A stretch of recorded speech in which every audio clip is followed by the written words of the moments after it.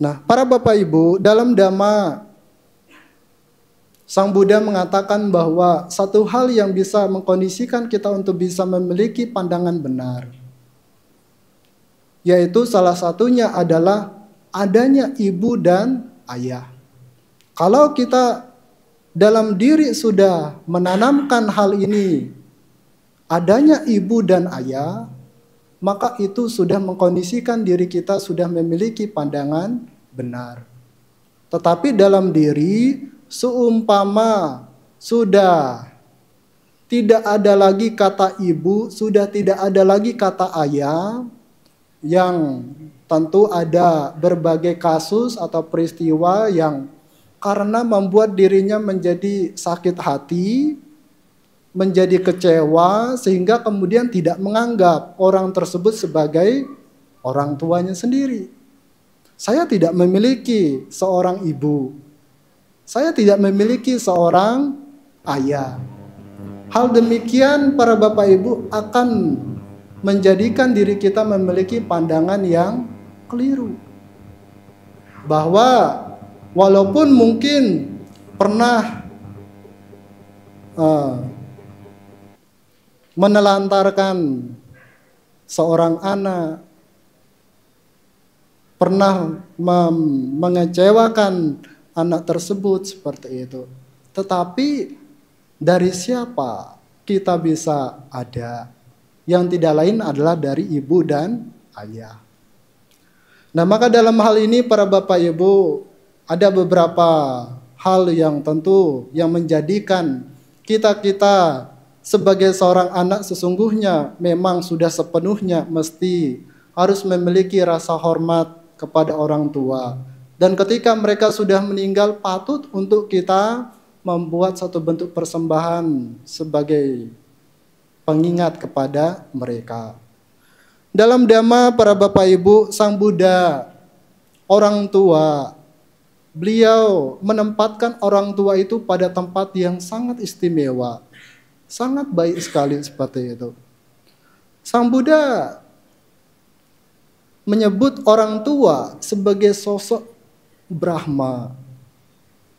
Wah, ini termasuk kalau di dalam 31 alam kehidupan seseorang bisa terlahir sebagai sosok Brahma, itu sudah luar biasa. Karena tingkatan alamnya itu sudah tinggi di dalam 31 alam kehidupan. Ya. Orang tua, kalau kita melihat sifat-sifat baci yang dimiliki oleh sosok Brahma, punya meta, karuna, mudita, dan upeka. Dan itu orang tua sudah memiliki. Sebagai seorang ibu, ketika masih mengandung, pengharapannya itu sudah ada. Mengharapkan bahwa anak-anaknya bagaimana supaya bisa memperoleh nutrisi yang baik. Mengharapkan nanti ketika lahir supaya bisa terlahir dengan sehat. Tidak sampai ada cacat sedikit pun. Termasuk harapan ayah pun juga demikian. Tidak mengharapkan ada satu hal yang tidak baik terjadi pada si calon bayi tersebut. Tidak cukup sampai di situ saja. Banyak hal dalam kehidupan akan diupayakan oleh sosok orang tua kepada anak-anaknya. Lalu berikutnya Sang Buddha menyebut sebagai orang tua tidak lain adalah sosok guru pertama,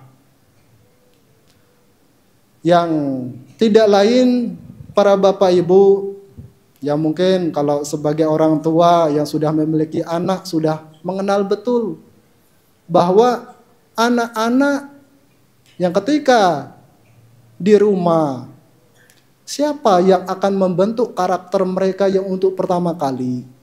Tidak lain adalah kedua orang tua mereka lah yang akan membentuk karakternya. Nah, sehingga banyak hal yang dilakukan oleh orang tua mengenalkan anak-anaknya terkait mengenai kehidupan. Lalu sebagai yang ketiga, Sang Buddha mengatakan bahwa orang tua selayaknya seperti dewata pertama. Kalau kita mengenal yang namanya dewata atau dewa di banyak masa, banyak orang yang memiliki kepercayaan, keyakinan sebagai tempat untuk meminta perlindungan, sebagai tempat untuk meminta berkah. Maka orang tua di dalam hal ini, para bapak ibu, merupakan sosok-sosok yang senantiasa selalu melindungi anak-anaknya, senantiasa selalu memberikan berkah bagi anak-anaknya. Ketika sakit, orang tua akan mengupayakan bagaimana anak-anaknya supaya bisa sehat kembali. Kalau anak-anaknya membutuhkan sesuatu, meminta sesuatu, pasti akan diupayakan. Ya, selayaknya seperti seseorang meminta berkah, mengharapkan sesuatu pada satu sosok. Katakanlah dewa seperti itu. Nah, sehingga dalam hal ini para bapak ibu, Sang Buddha mengatakan bahwa orang tua merupakan sosok yang tentu sangat layak menerima persembahan, menerima pemberian dari anak-anaknya. Karena orang tua sudah membesarkan mereka, sudah memberikan makan, dan sudah mengenalkannya kepada dunia seperti itu. Nah, lalu selain daripada itu, para bapak ibu, di dalam Dhamma, dalam hal ini sosok orang tua yang dikatakan oleh Sang Buddha, yang ketika memberikan satu kebaikan yang begitu besar kepada anak-anaknya, orang tua memberikan belas kasih yang begitu luar biasa kepada anak-anaknya. Sebagai yang pertama, selalu mengupayakan mencegah anak-anaknya tidak sampai melakukan perbuatan yang buruk. Mendorong anak-anaknya untuk berbuat baik. Ketika ada kegiatan sekolah minggu di wihara, ini merupakan kesempatan yang baik untuk bisa mengenalkan terkait mengenai Buddha Dhamma. Karena selayaknya sebagai seorang umat Buddha yang punya keyakinan kepada Tiratana, orang tua mengarahkan anak-anaknya ke tempat ibadah, dalam hal ini adalah wihara, yaitu mengikuti kegiatan sekolah minggu. Ini adalah sebagai sarana bagi anak-anak untuk bisa belajar Dhamma, belajar tentang kebaikan, sehingga mereka bisa terdorong untuk melakukan hal-hal yang wajib. Lalu sebagai hal yang berikutnya yang diupayakan oleh orang tua, mengajarkan terkait mengenai keterampilan yang tentu sesungguhnya akan bermanfaat, berguna di masa depan. Kalaupun tidak diajarkan secara langsung oleh orang tua, tetapi dalam hal ini banyak orang tua sudah mengupayakan anak-anaknya bisa memiliki pendidikan melalui pendidikan formal. Bahkan tidak hanya pendidikan formal, mengikuti banyak les. Kalau anak-anak sekarang ya mengikuti kegiatan les itu banyak. Les bahasa Inggris, les seni, dan lain-lainnya seperti itu. Dengan harapan hal-hal tersebut bisa mengkondisikan anak tersebut punya pengetahuan, punya keterampilan seperti itu. Dan pada saat yang tepat, maka orang tua akan mewariskan apa yang diwariskan, apa yang hendaknya akan diwariskan kepada mereka. Nah, para bapak ibu, dari hal-hal tersebut, Sang Buddha menyampaikan bagaimana dari orang tua kepada anak-anak. sudah memberikan begitu banyak hal baik kepada anak-anaknya seperti itu. Maka sudah sewajarnya dalam diri seorang anak semestinya bisa muncul yang namanya sikap katanyu kata wedi. Tahu budi dan tahu terima kasih.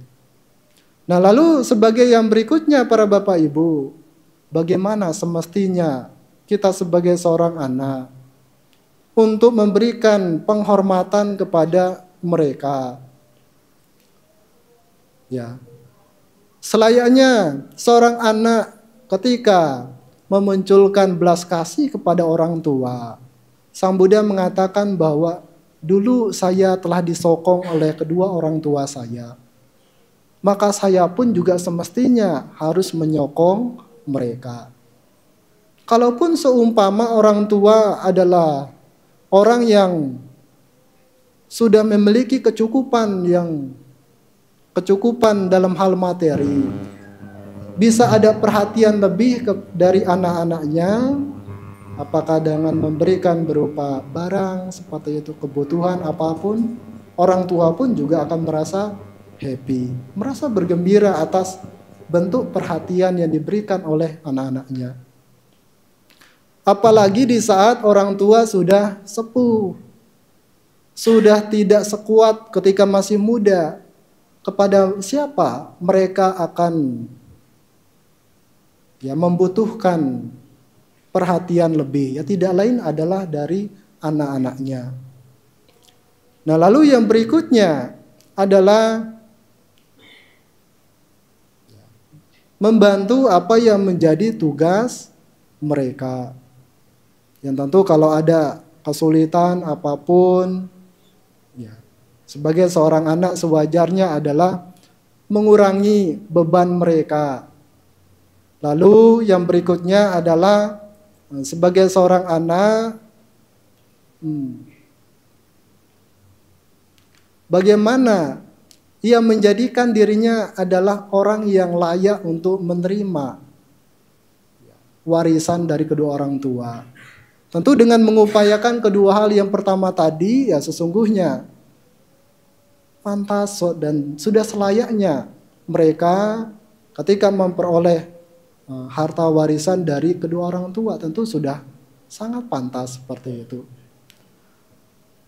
Nah, hal-hal demikian para Bapak Ibu adalah bisa diupayakan sejauh ketika kedua orang tua masih hidup. Tetapi ada hal lain yang bisa diupayakan ketika kedua orang tua masih hidup. Apa itu? Selain dari memberikan berupa hal-hal materi, adalah membimbing kedua orang tua supaya bisa mengenal Dhamma. Dan ini dikatakan oleh Sang Buddha tentu jauh lebih mulia seperti itu. Ketika hal ini bisa diupayakan.